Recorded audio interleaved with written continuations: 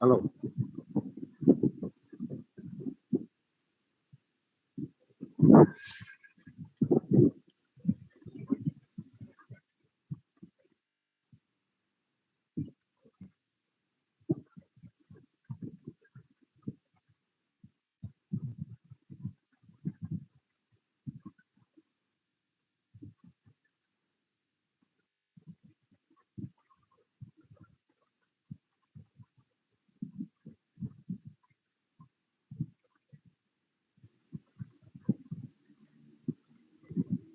Hi everyone. Sorry, I didn't.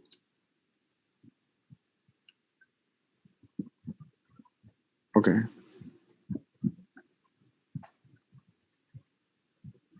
okay, that happens. So you tell me whenever you want to start. Sure. Okay, perfect.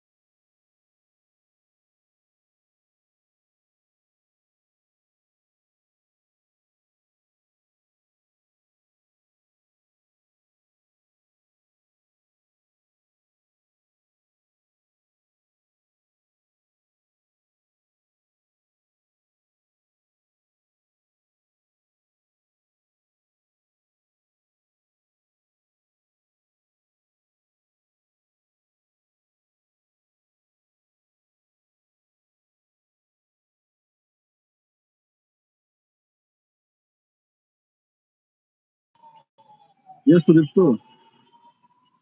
Hello.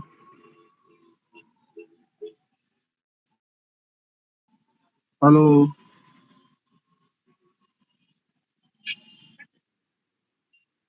Yes, yes, yes, of course, Sudipto can start.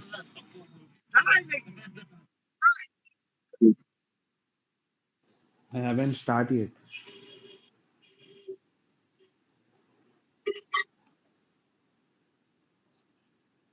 Okay.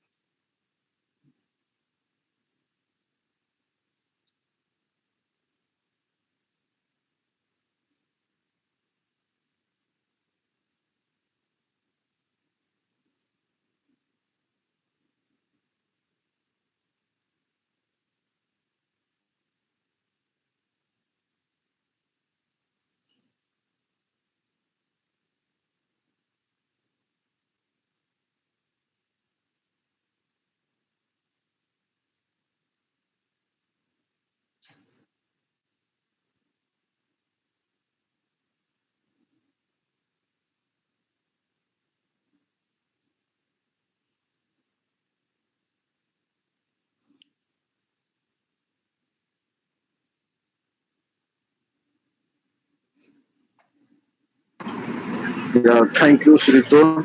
So, good evening to all the participants who have joined this webinar all across the world there. So, already we are late for the 50 minutes. So, and I also on the way. So, best of luck for the webinar there.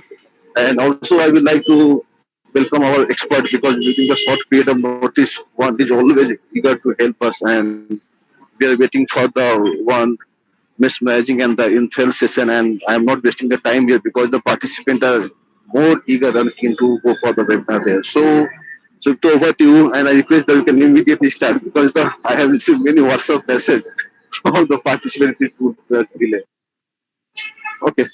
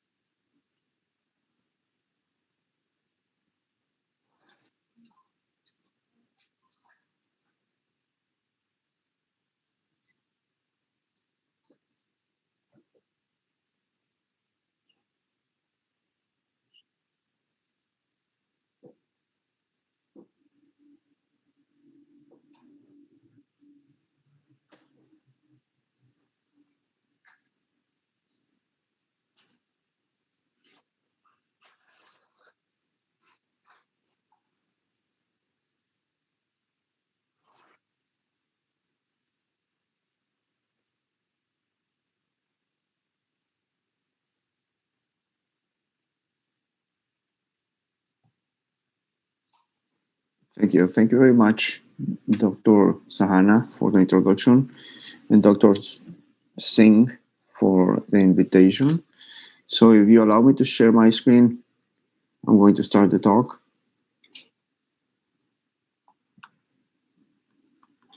Okay.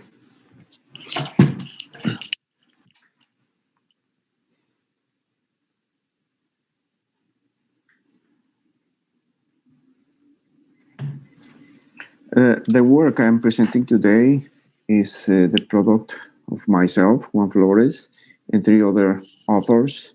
Felix Calderon is also a professor at the University of Michoacan, and Miguel Reynoso and Josue Gonzalez are students, master's students in our master's program in computer science.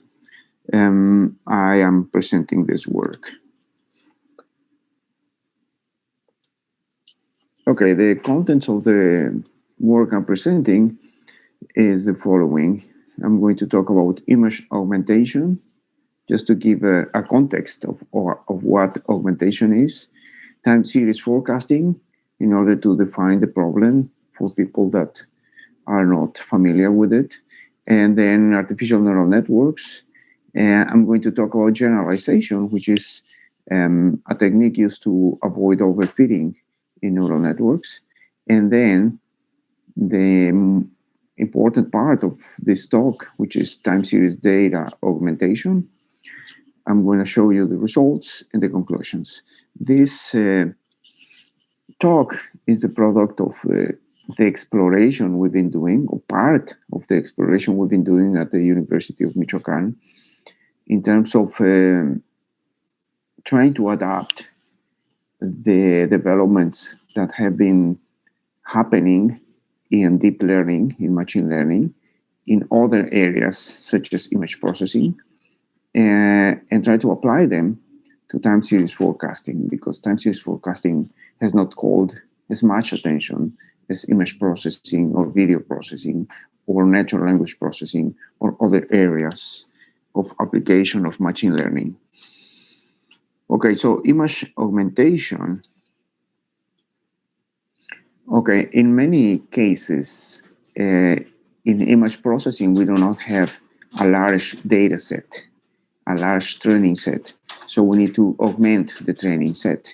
And one way to do it is to modify the images in the training set so that we get more images, which are variations of the original images.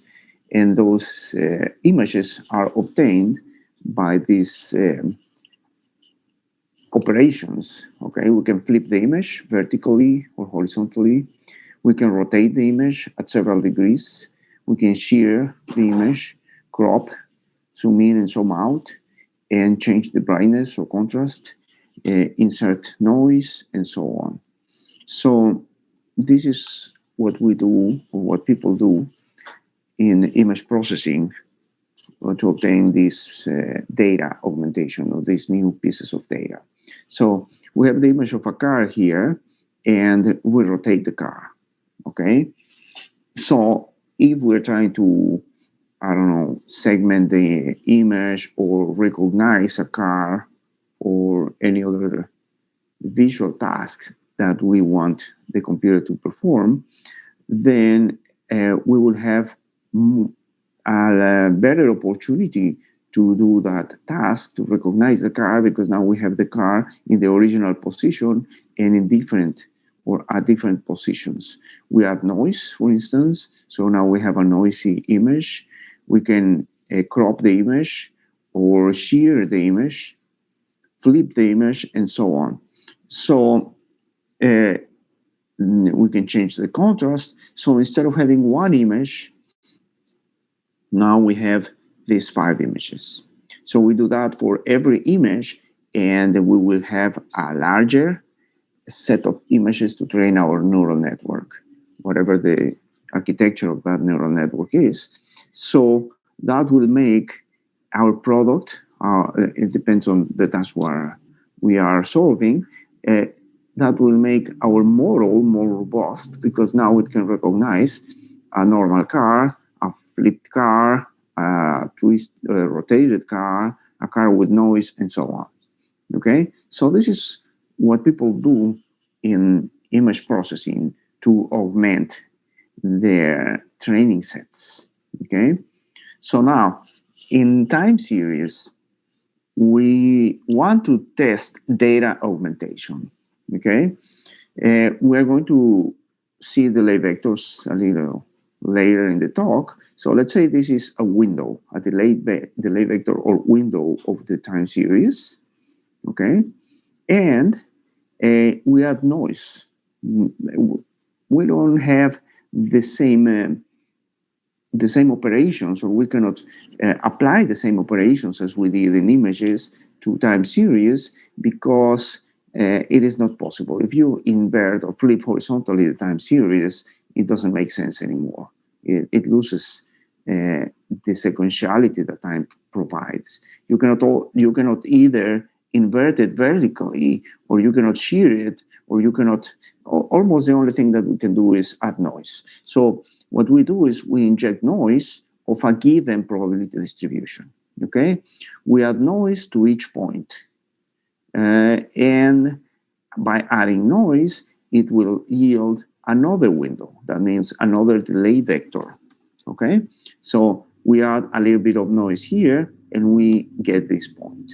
Okay, we add some noise here, and we get this point, and so on. Okay, and we'll come back to how we add noise and how we produce this augmented delay vectors later. Okay, so let's talk about time series and forecasting. Time series is the recording of a magnitude through time, a magnitude of any variable in any process that we can imagine. In this case, we have a time series of solar irradiance. This time series is recording, let's say, every 15 minutes, the amount of solar irradiance that my weather station reports. Okay, so the weather station is producing these measurements that I'm highlighting here. Okay, so at the end of the day, we finish here, and we have all the solar irradiance of one day. So if we're talking about solar irradiance, we can see that when it's dark at night, the solar irradiance drops down to zero. It never becomes negative and so on. So for a sunny day, we would have a perfect curve or arc here. What we see in these places is nubosity, clouds that are passing through the sky and producing this smaller magnitude in the solar irradiance received at the Earth's surface at that point. Okay, so we have more sun here, less sun here, and much less sun here. So the problem is, given some part of the history of the time series, we need to predict the future. This is the problem with time series forecasting, also known as prediction. So this is the time now. I'm standing here in time, and I want to predict the next point in time. So there are problems here. What is the model that I'm going to use to predict this? What is the accuracy going to be in this prediction or forecast? How much of the history of the time series, this yellow window, should I take into account, or should I use as input to this function? So at some point, I'm going to have a function here that implements this forecast. So how much of the history of the time series should I send to the function so that the function produces the right output, the right forecast? So those are problems with time series. So in time series, I can produce only the following measurement. That is, what is the solar irradiance going to be in the next 15 minutes? But also, you can have an alternative problem and say, okay, give me the following hour or day of solar irradiance. Okay, we're talking about solar irradiance here, but this time series could be almost anything, okay? So how much is the rupee compared to the euro or compared to the dollar? Or how much is the peso compared to the rupee? And so on, okay? Or how much is the stock of Google in the stock market, and so on. So we can have different interpretations of the measurements, different applications of time series forecasting. Okay. So in time series forecasting, I can try to predict point by point, and by predicting point by point, we see here that the green part is the real part, and that is the real information of the time series as it was happening, and the forecast is the yellow or orange curve that you see here. So there is an error at every point. So we want to formulate models that minimize that error, okay? And some points, the error is big. You can see like a small error here, but in fact, it is not small, right? If we measure the error from here to here, it is a large error. So this kind of shadow displacement is kind of very bad at points, okay? So we can also have interval forecasting. So you say, okay, trying to get the exact point estimate of what's going to happen tomorrow with the solar irradiance is going to be very hard. So instead, or the probability of being right is zero. So instead, we provide a confidence interval so that, let's say, 95% of the time, my forecast is going to be in this interval. Of course, the larger the percentage, the wider this interval is going to be. So we need to find a balance between how much are we willing to accept to be wrong, by how much, and how wide the interval is. Okay, anyway, so how much of the history of the time series must be fed as input to the forecaster. That's one question.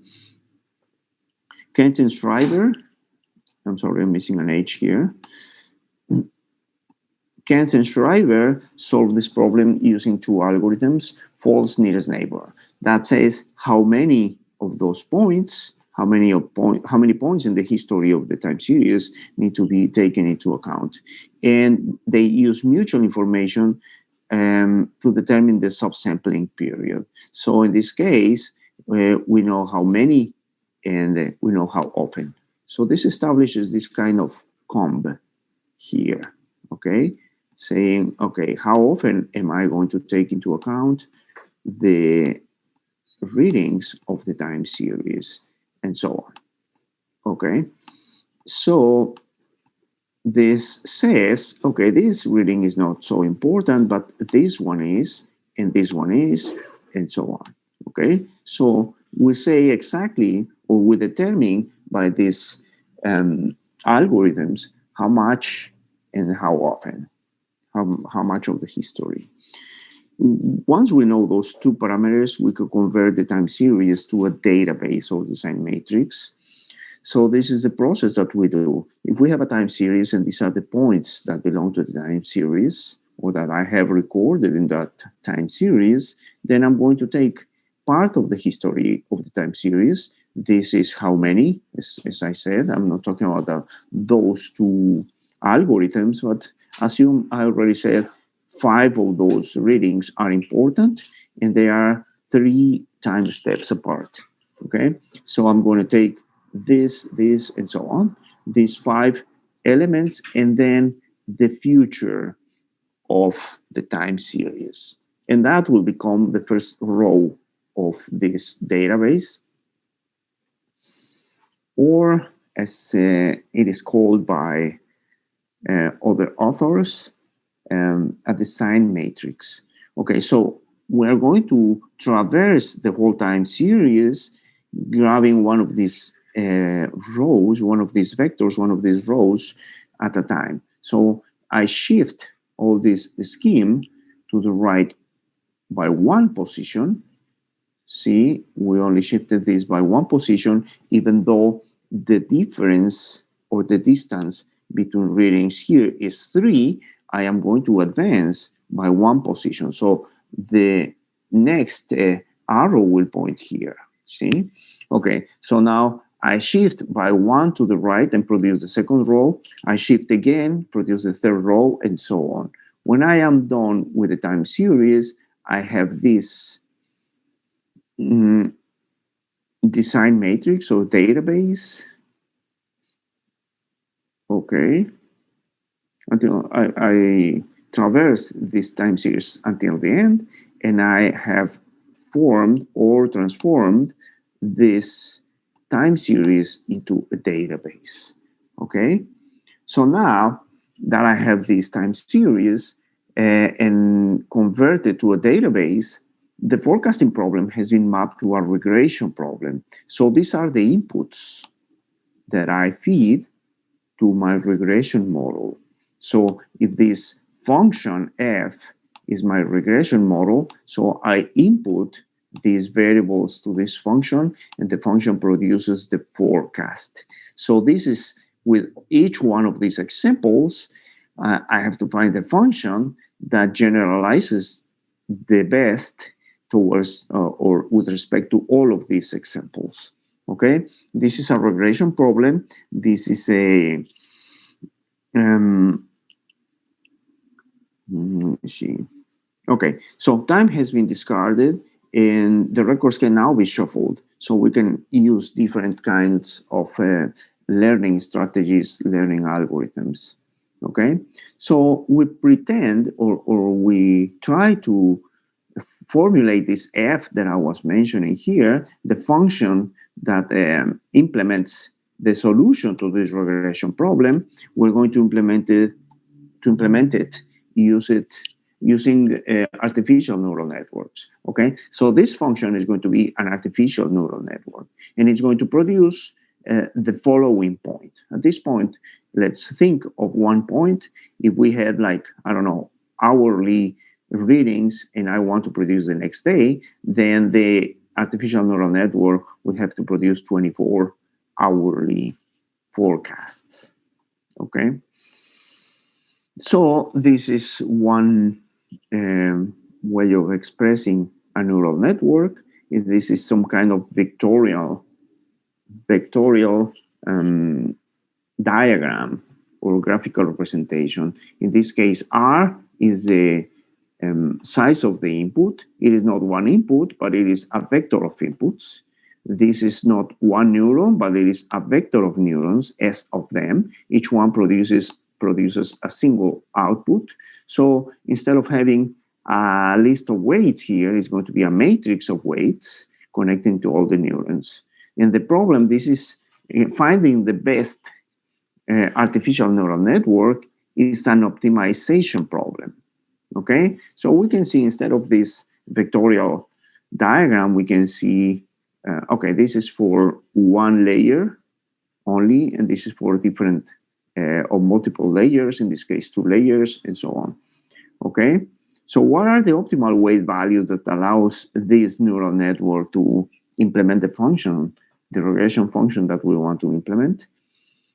And the weights that we are searching are the weights that minimize the loss function, okay?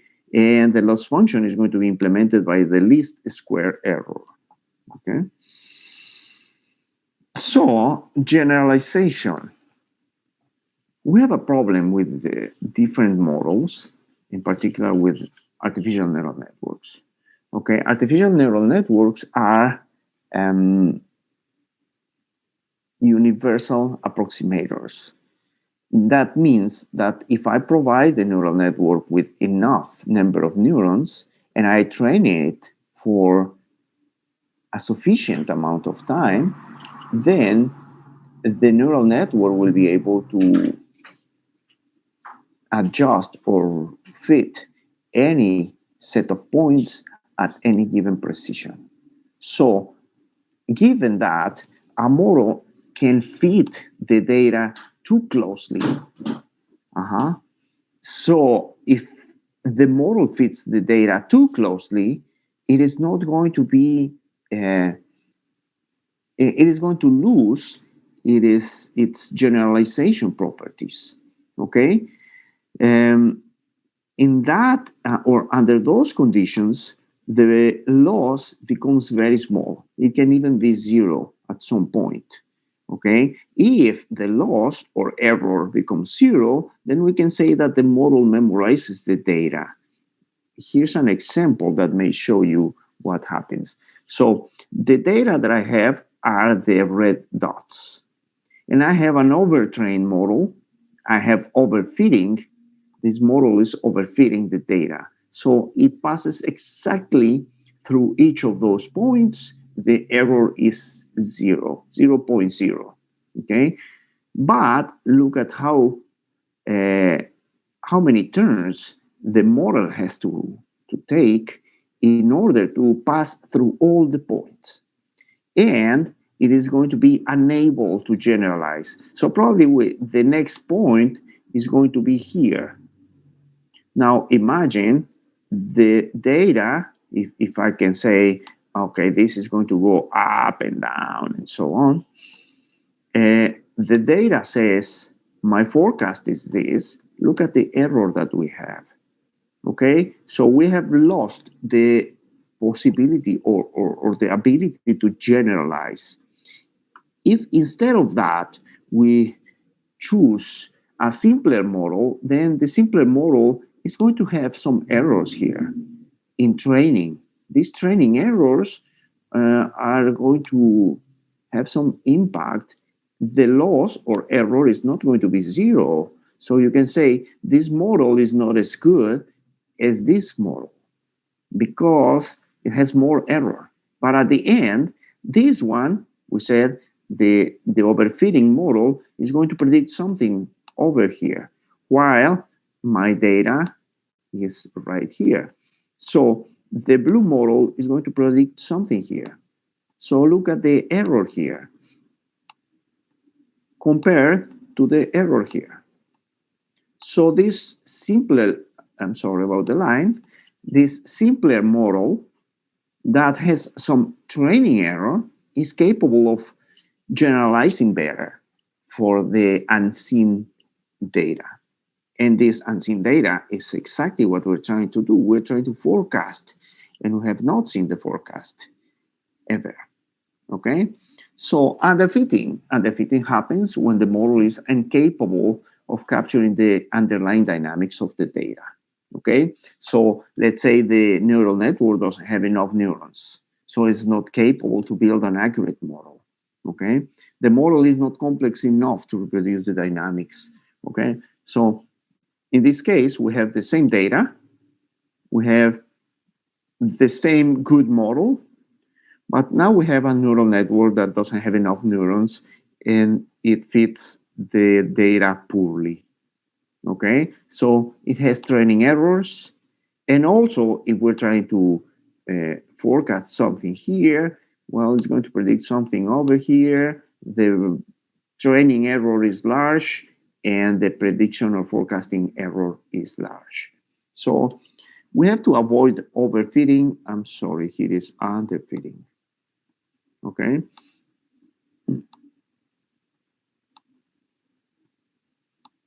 Uh, so we want to produce a model that doesn't overfit and that doesn't underfit. Okay, that fits better the system. So in order to do that, we have several tools. Early stopping is one of them. So when the validation error deteriorates, starts getting bad, then we say that the model's generalization capability is going down. So it's overfitting. Okay, the model is being overtrained. So we have to stop training. But maybe it just went down a little bit and then recovers. Okay, so the algorithm waits for the error to recover and then continue improving. Okay, this parameter, how much are we willing to wait, is called patience. So early stopping has to be patient, but not too patient. Okay, so here is what's going on with early stopping. This is the training error. The more we train the neural network, assuming we have enough neurons, is the smaller error we're going to have. Okay, so if we continue training, this is going to continue decreasing up to some level. Okay, but look at this region here. At some point, when the training error was going down, the validation error started going up. Okay, so when these two curves start spreading apart, then we know the model is overfitting. So we wait here for a given period of time, which we call patience. And if they continue separating and separating, then it exhausts our patience and we say, stop here. Or maybe we stop over here even better before they depart from each other. Okay, at the beginning of the patience period. Okay, but there are other techniques. Regularization is another technique to reach the same effect. Okay, one way to provide regularization is the loss function contains the error. So the error is going to be added this term. Of course, this error is more complex. I'm just saying error there. And these beta are the weights of the neural network. Okay. So what we're saying here is we not only pay attention to the error, but we also pay attention to the complexity of the model.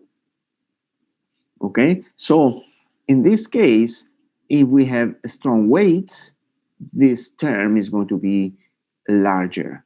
If we have weak weights, this is going to be smaller. So what we're saying is this is our loss function. This is the function we're trying to optimize, to minimize in this case. We want to minimize the error, but at the same time, we want to minimize model complexity.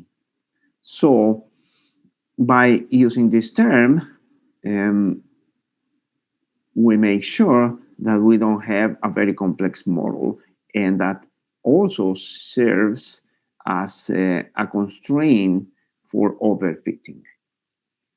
Okay, so this is what happens. Okay, we have an artificial neural network where we are in the process of training, we are changing the weights. By changing, some weights are lighter and some weights are heavier.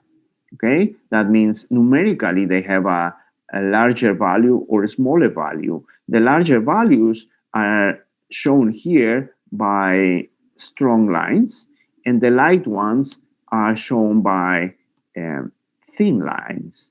Okay, so what we see here is that regularization provides a mean to lighten some of the connections. In some cases, some of them go almost to zero, as you can see here. Okay, they almost go to zero in several places. So it's like disconnecting neurons to some degree, or having a very loose connection between neurons, thus simplifying the model, thus not allowing the neural network to memorize the data or to be fitting it perfectly. Okay, so this is some kind of not intuitive concept. One would think I would like the neural network to model my data perfectly, but we already saw if it models the data perfectly, then we lose generalization power. So now, time series data augmentation. We apply, as we said, data augmentation to delay vectors. Okay, the image operations that we saw do not work in this domain, so we have to do something else. So what we do is we inject noise to the delay vector. We add noise to each point, but this noise has to follow a given probability distribution. Okay, so I add noise and it produces another window. So as we saw before, each one of these windows or delay vectors produces one row of the database. So by adding noise, we're producing more rows of the database. We are augmenting that database. Okay, so we're talking about generating synthetic samples, and those synthetic samples are generating by adding Gaussian noise. Okay, so we generate S samples per vector uh, of the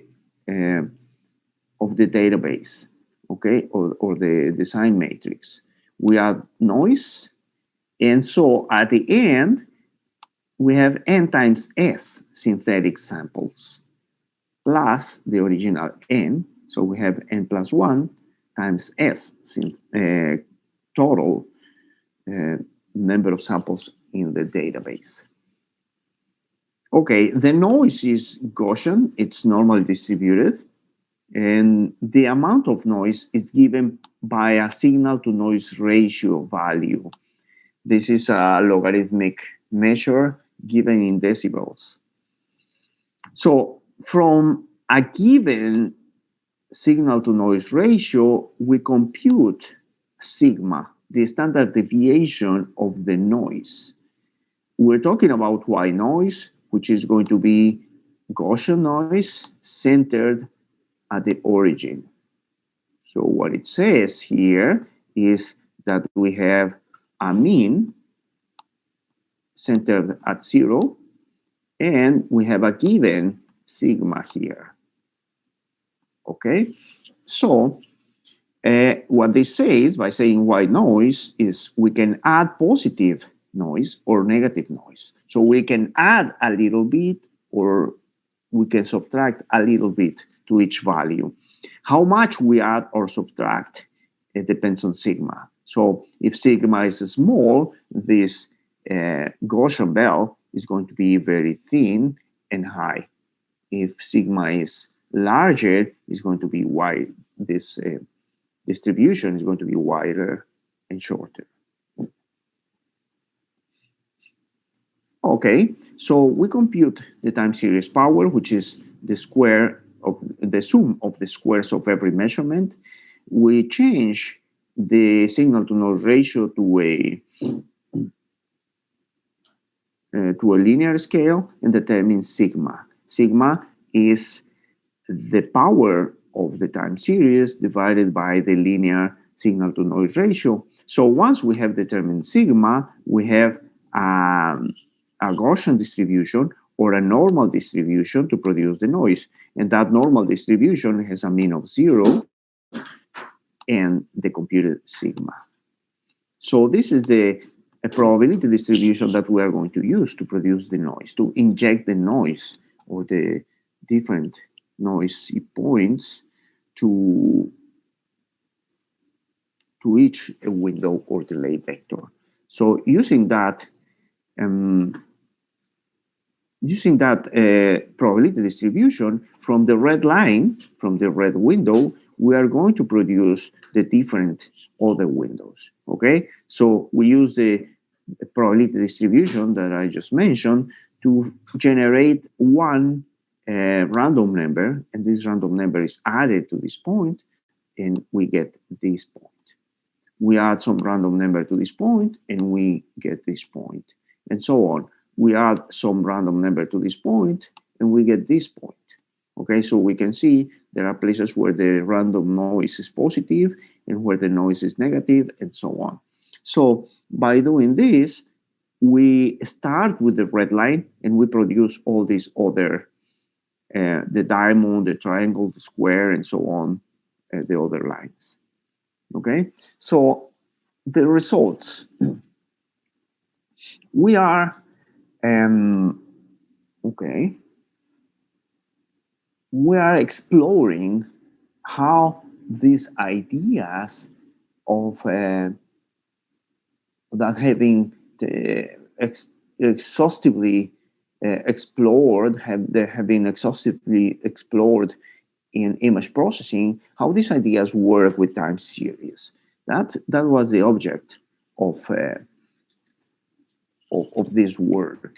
We started with original data without early stopping or regularization. So the original data, original neural network. That was the first experiment. And then we used early stopping, just early stopping, no regularization. Then we use regularization without early stopping, and then we use both. That's with the original data. And then with the augmented data, we did the same. The original augmented data plus early stopping, plus regularization, and plus both regularization techniques. We tried with several real time series, not very large time series, like 1500, 1600 points. We have the temperature, and then the temperature subsampled. And another very common time series for different books. This is a small time series, 150 or so time points for air passengers. That is how many air passengers a given airline has over time. And then sunspots. This sunspots is probably the first time series ever recorded in history. It dates from something like 400 years ago or something like that. So this one has more data, and weather-related time series, which is solar irradiance and solar irradiance subsampled. And one also real life problem, which is the electric distribution load in kilowatts from a distribution circuit in the town we live, in the city we live in. Okay, so these are the forecasts that we were able to produce with neural networks, with properly trained neural networks. So the black is the training set, the blue is the test set, and the red one is the forecast. So you can see that, okay, we did some decent work forecasting here. We can see the subsample temperature, which looks much closer, but also it's at a larger scale or smaller, I don't know. So air passengers, we also got a pretty good approximation. Solar sunspots is a complicated time series, so we got some really bad errors here. Solar irradiance. Solar irradiance is a very complex piece of data. Okay, we have measured the chaos in solar irradiance, and we have measured the amount of chaos in wind speed. When we think of wind speed, we definitely think of chaos.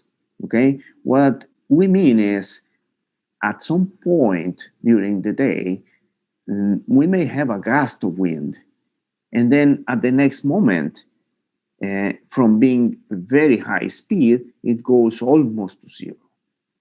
And then it can remount again to a very high gust of wind.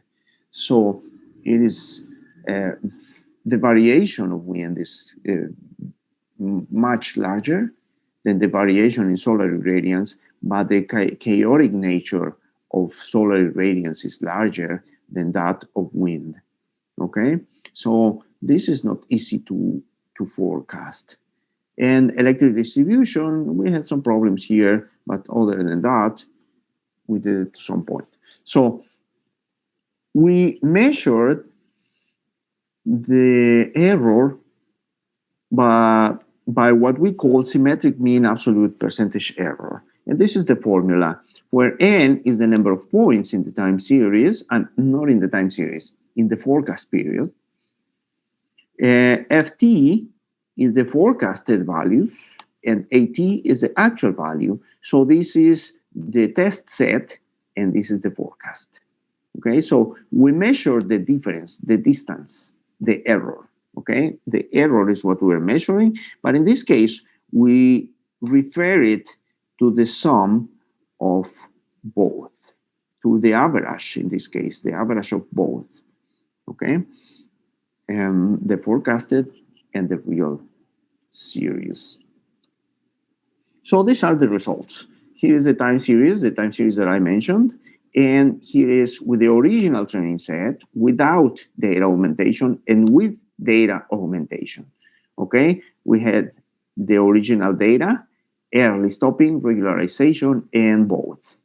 Okay, and these are the SMAPE errors. Okay, I am highlighting with green the winner in each time series. Okay, for instance, in the temperature time series, doing only regularization, we obtained the best error, okay, and so on. But with data augmentation, we can see that with the three techniques, data augmentation, early stopping, and regularization, we did a very good job because it produces something like 25% less error than with the original data. But in this one, we were not so lucky. We only changed by 1/100th of the percentage error. This one decreased also somehow, and so on. So basically, we are winning in all of the cases, okay? So we can see that we decreased the error by augmenting the data. And when we say augmenting the data, we are not getting data from any other sources. For instance, if you were to predict the solar irradiance, probably you want to take into account other sources of information. For instance, the temperature or the atmospheric pressure or the humidity, or you can have a camera pointing to the clouds and measure the cloud's speed and see how that relates and how that information can help us to predict the following value. Okay, the following value of solar irradiance. In this case, we're not doing that. We're not taking any additional information. So just by data augmentation, we were able to reduce the errors. Okay, so in the last part, what we presented is image augmentation to give us an idea of what augmentation means, time series forecasting in order to understand the problem, artificial neural networks, and tools for generalization. That's important because those tools or techniques um, to avoid overfitting were used in the comparison. And we defined data augmentation and we presented the results. So the results is important in the experiments is how much noise and how many noisy points we are willing to have or we need to have to introduce to the training set. Okay, we solve those questions empirically. That means we did a lot of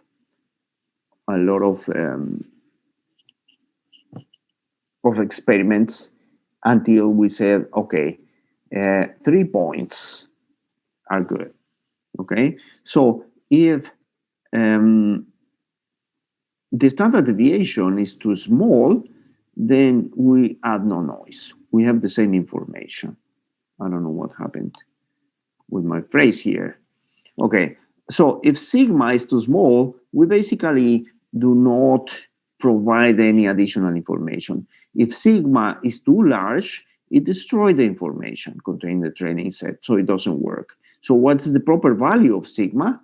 We empirically determined that a noise level, signal to noise ratio of 30 decibels is an appropriate noise level. In fact, we've been measuring the noise for different real time series, and the noise contained in real time series is around those values, depending on the nature of the time series. So if sigma is zero, then there is, I'm sorry, the number of points is zero, well, there is no change to the training set. But if we have too many points, that may improve the artificial neural network generalization capability, but it doesn't improve forever. It stabilizes asymptotically to an error limit. And then it also, on the other hand, increasing the size of the training set consumes time. It makes training more costly. Okay, it takes more memory, it takes more time, and so on. So we determined, again, empirically, that adding 3 points was a good point. So 3 noisy points per original delay vector with a noise of 30 decibel signal to noise ratio. The noise regularization or the data augmentation produced by results in all of the cases that we have here, data augmentation complements, that's how we see it. It complements current regularization techniques. It is not intended to substitute either early stopping or ridge regression. Okay, so that ends the talk. If you want to come study with us, you are welcome. We offer master's and doctorate programs in electrical systems, control systems, and computer science. Those are high quality programs according to the Mexican standards. We offer scholarships to all students by the Mexican government. CONACYT is, I don't know in India, but in the United States is the NSA, the National Council for Science and Technology. And in the US is NSA is National Science, I don't recall. NSF, National Science Foundation. Okay. Those are full-time programs, and all the courses are in Spanish. So if you're interested in coming, start studying Spanish. Okay, we have students from Latin America, but we also have students from Africa studying there with us, and shortly some students from Cuba as well. Okay, so thank you. Thanks for coming to the talk, and I'm open to questions.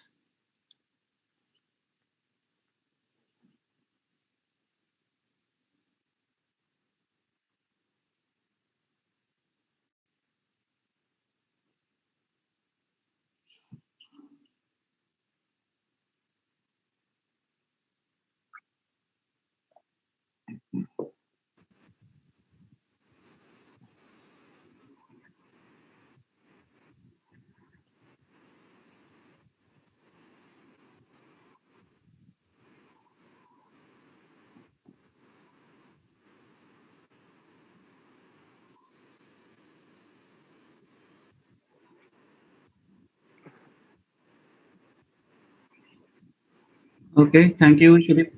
Thank you, Shudipto. First of all, thank you, Juvan sir, for your nice presentation on data augmentation for time series forecasting. And I have collected not so many questions. I think near to 2 to 3 questions. So I am sharing the questions there. Uh, just wait, sir. So the first question is how to check collinearity or in case of neighborhood values. So the first question I have posted in the chat box, how to check collinearity. Collinearity of what? I'm sorry, I don't understand the question.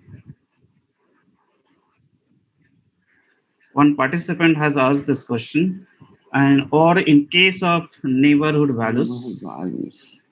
Hmm.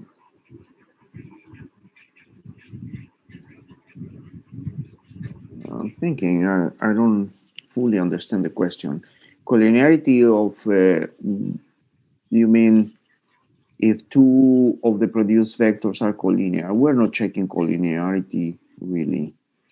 Uh-huh. Okay, sir. I'm thinking, yeah, probably uh, having collinear values would take to probably in a different processes, let's say in regular regression or regular curve fitting, having collinear values means producing non-invertible matrices, right? And that is a problem for regression generally. But since we are not doing those kind of function approximations, we are dealing um, with the artificial neural networks. Those techniques do not pose those problems. So that's the reason why we don't have to check for collinearity of the vectors we are producing. I hope I'm answering the question. Okay, thank you, sir. The next question is, can we use this augmentation technique for COVID-19 time series data also, where we have very limited data available? Sir, I Sure, have posted the sure, question. definitely. It's of more use when we have limited data. The problem, well, we have now 1 year of COVID or so, but the problem with developing these pandemic models is that you have so little data at the beginning, so that almost any model a very large number of models can fit the data. So in other words, the problem is under constrained. The problem has too little data, and when time passes and we gather more data, then it is being more constrained by data, and we can produce more precise results. So now with 1 year of data, we can definitely produce better results. And since we don't have much data, definitely this is going to be a good idea. But this approach doesn't solve the problem of a lack of data. It solves the problem of overfitting. Okay. Okay, thank you, sir. And Sure. next question is, sir, can we apply this concept for COVID-19 disease prediction? Mhm.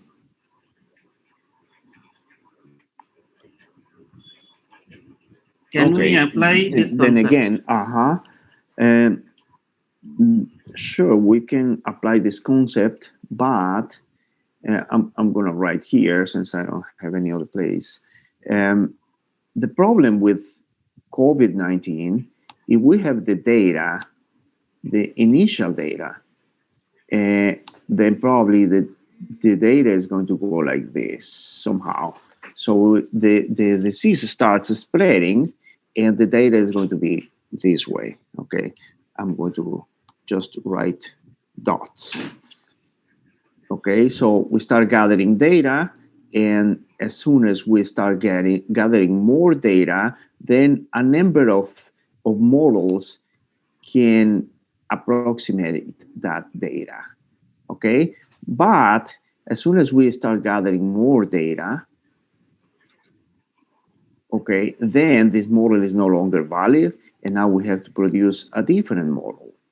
But then we start gathering more data, and the underlying processes say now we're using face masks, now we are doing social distancing and some other things, and now we have vaccines and so on. So those were um, influences that were not taken into account, and now we need to develop a better model.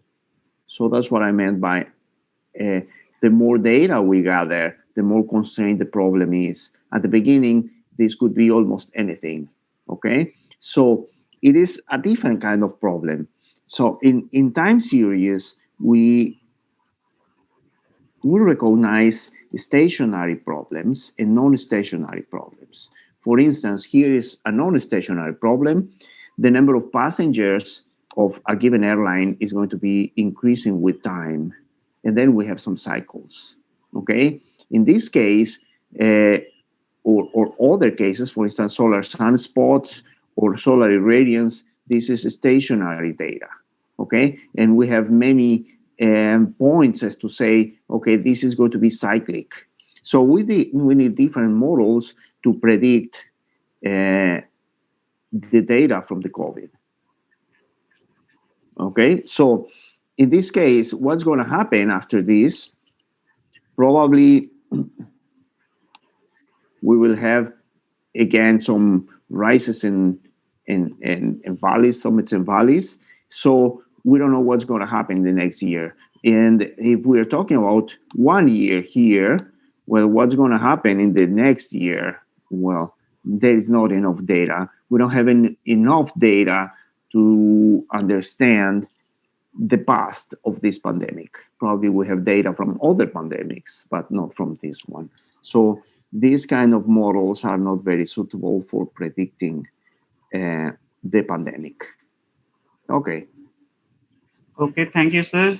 thank you. Next question from one participant. Sir, I am working on stock market prediction using machine learning. Sir, can you please let me know whether the same can be applied to that data as I am including text data as well?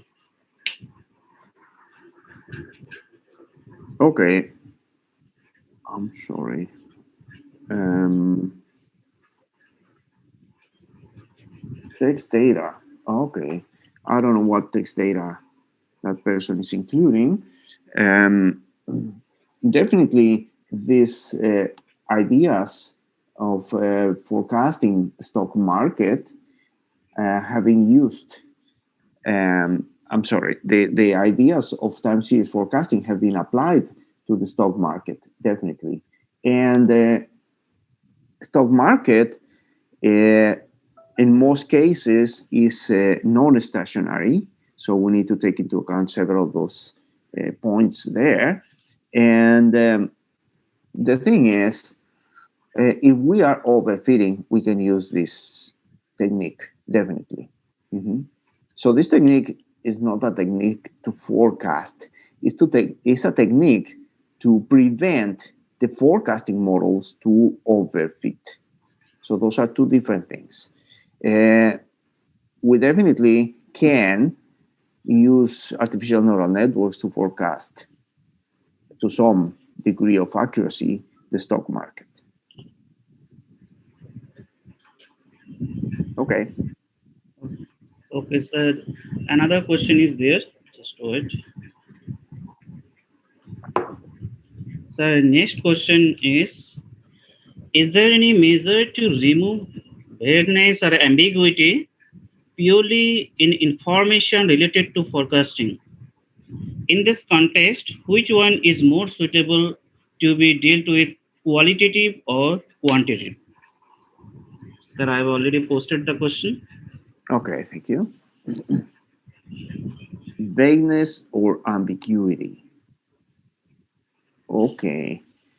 We don't have ambiguity as such here. We're not talking about natural languages or any other kind of semantic ambiguity. Well, I'm not sure if I am understanding the question well. That is, the meaning is precise, right? The meaning of the information is if this stock market increases or decreases, and the meaning is fixed at all times. Okay. The other part of the question says vagueness. Okay, we measure vagueness by error. Okay, by the distance between the real data and the forecast. That is, if I say tomorrow the dollar is going to be worth 25 pesos, Mexican pesos, okay? And it was not 25, it was 21. Then the error is 4. So we measure this vagueness, this imprecision of the forecast by error. And this error is the force that leads training. Okay, so training is going to be error driven. Okay, so the artificial neural network is going to be the weights and biases of the artificial neural network are going to be adjusted uh, towards the place that the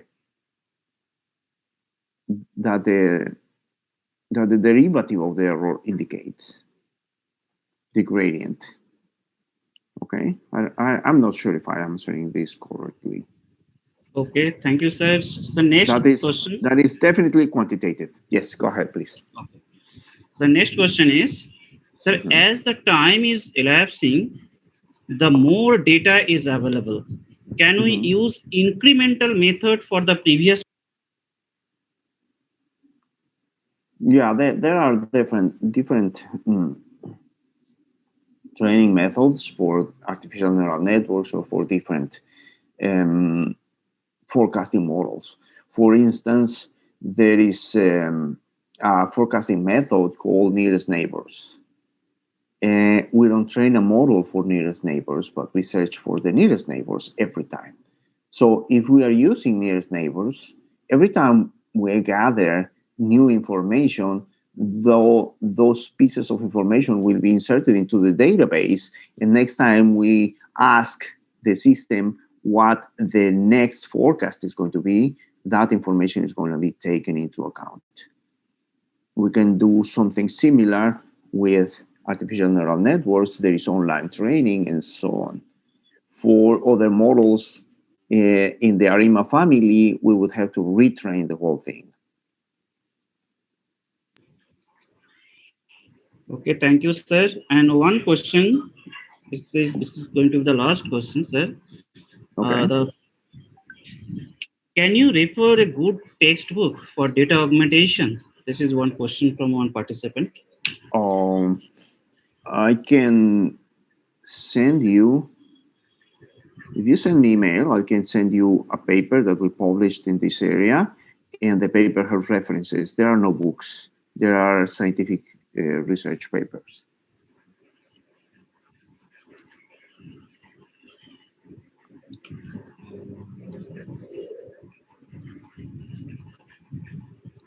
Here is my email in case you want to send me email, and I'll send you the. You can Google me in Google Scholar, and you'll find my publications there. Send me email if you want to get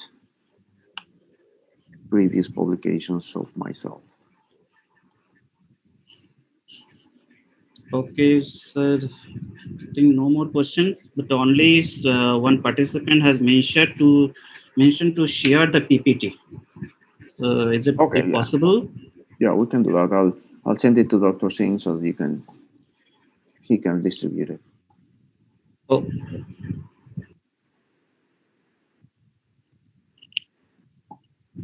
okay.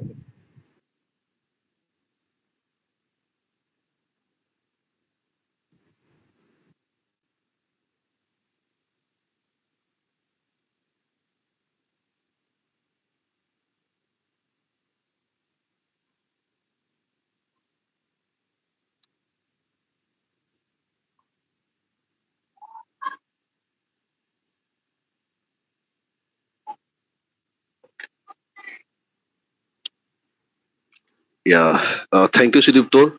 So, on behalf of the CSE department, JIS College of Engineering, I would like to give this small token of appreciation to the Professor Dr. J. Flores. So, one, please accept this one and make us honor. Please accept this one. I do accept it, and not only do I accept it, I am honored by your invitation and by this diploma. Thank you very much. Yeah, thank you.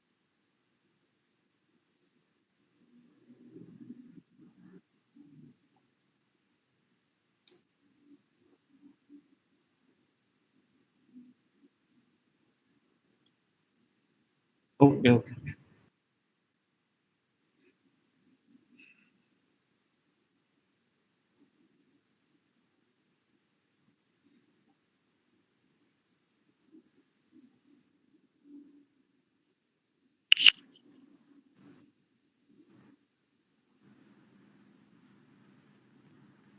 Yes. First of all, I like to thank our today's eminent speaker, Professor Juan Flores, for his excellent informative speech. Then I like to thank you, sir. Thank you very much. Then I like to thank our MD Chair, Professor Dr. Mr. Taranjit Singh, for his immense support to organize this type of program. Then I like to thank our principal sir, Professor Dr. Partho Sarkar, for his support to this program. Then I like to thank our all the deans, Dean R&D, Dean Innovative Learning, and Dean Student Affairs. I like to thank our Registrar Madam, Dr. Sila Singh Ghosh, for her immense support to this type of program. I like to thank our HOD, Dr. Dharampal Singh, to organize this type of international webinar for our all the participants. I like to thank our host, Sudipto Shahana. I like to thank all the faculty members of CSE department and those who are associated with it, and all the technical staff of CSE department, and all the participants without whom we cannot this type of program is not possible. So I like to thank all. If I miss anyone, forgive me. So I like to thank from our on behalf of CSE department. Thank you.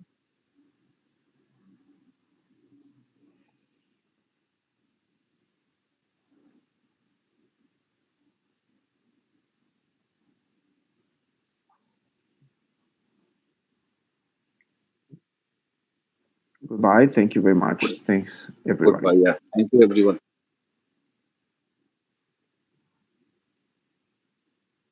I am the host.